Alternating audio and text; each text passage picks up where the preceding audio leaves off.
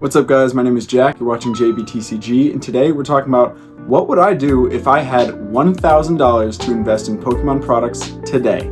So there's a lot of ways I could go with this. Just buy one booster box of a super expensive set and hope it increases, or hedge my bets and diversify my Pokemon investment into a bunch of different products. Well, because I think it's a safer and smarter way to use your money, I'm going to hedge my bets and diversify. Now, if there was one set that I'd put all of my money into, it would probably be Evolving Skies, maybe get a booster box and 2 or 3 ETBs on top of it. It is the best set from the modern era, and I don't think you can go wrong investing in it. The only issue is that it's appreciated a ton already.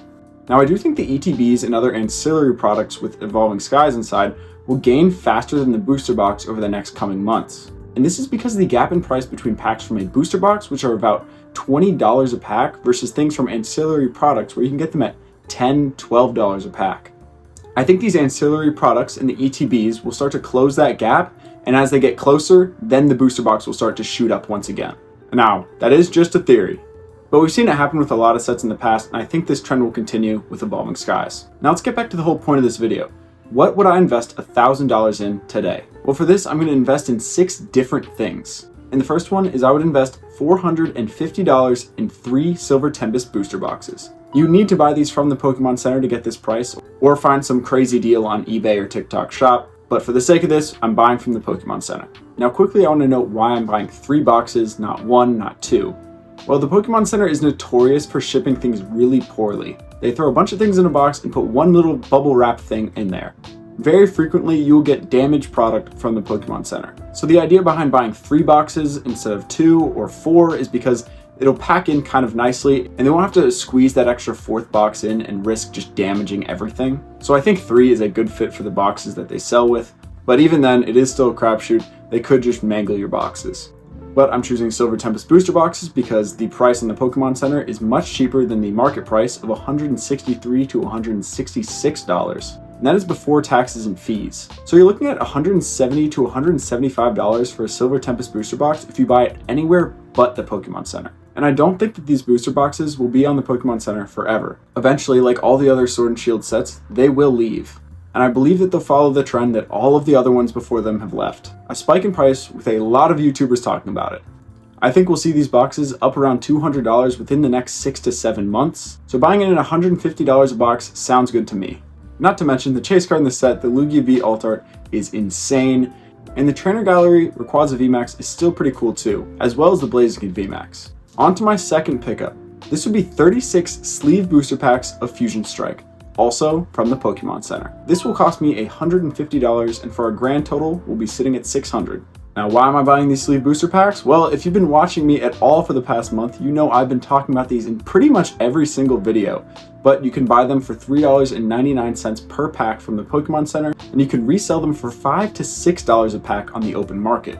Those are some great margins. And I think the price per pack for Fusion Strike will go up in the future, so I think these are a great hold long term. Especially if you're looking to offload them in art sets because they're super collectible and people enjoy buying them when they can't afford a booster box or an ETB. Another note about this is the Pokemon Center can't really ruin your Fusion Strike booster packs. Unlike these booster boxes with this very frail outer seal, these sleeve booster packs just come in their cardboard sleeves, and if they bend a little bit, they can be straightened out no problem.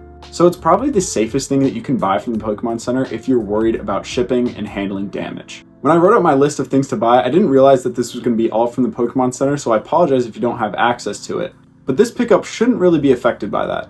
I'm going to be looking to buy Brilliant Stars and Lost Origin Pokemon Center ETBs. These can actually be bought on eBay for around the same price that you can get them from the Pokemon Center. However, if you notice, the regular ETBs for these sets have been increasing in price a significant amount over the past few months.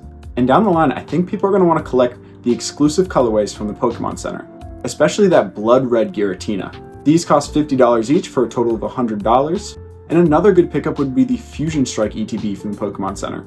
I just personally already have a few, so I don't need any more. My next pickup will be 3 151 Japanese booster boxes. This will cost about $150 for me personally. Now this is different for everybody. This could cost up to $200 to $210 if you don't have access to things like TikTok Shop or a distributor or someone in Japan who you can get this product directly from. But this is one of the greatest sets from the modern era, one of the most fun boxes to open in general. And according to you guys, this set can compete with the English version, as many of you guys prefer opening Japanese 151 over the English one. And I don't think many other Japanese sets can say the same thing. So I'm happy to buy in at this price point. I think it is fully bottomed out, and I'm happy to ride the wave up. We've made it to my last pickup, and I'll give you a hint. It's above me. That's right, it's an Evolving Skies ETB to round out our 1000. Evolving Skies is such a good set. You've heard a million people talk about it, you've seen a million YouTube videos about it, and I just couldn't leave it off of this list because I talked about it at the beginning. At a price point of around $120 to $130, the price per pack ratio is slightly better than the booster box, and I think it'll make up that ground, as we've seen with other products in the past. Generally, the ETB price per pack ratio and the booster box price per pack ratio kind of match up. It fluctuates from set to set depending on how much of each product was printed, but I think they're solid investments. Not to mention that the display ability of the Evolving Skies ones are so nice. And the fact that they contain a bunch of evolutions on one box makes me think that people will be collecting and displaying these for years to come. I can easily see this being a $200 to $250 box in the next 2 to 3 years. Well, that's how I'd invest $1,000 in Pokemon products today. It's a little scary how easy it is to spend $1,000 on Pokemon, but that's the fun in it. Let me know how you guys would invest $1,000 in Pokemon products today. Would it be sealed product or singles? And as always, thank you guys so much for watching, and stay safe out there.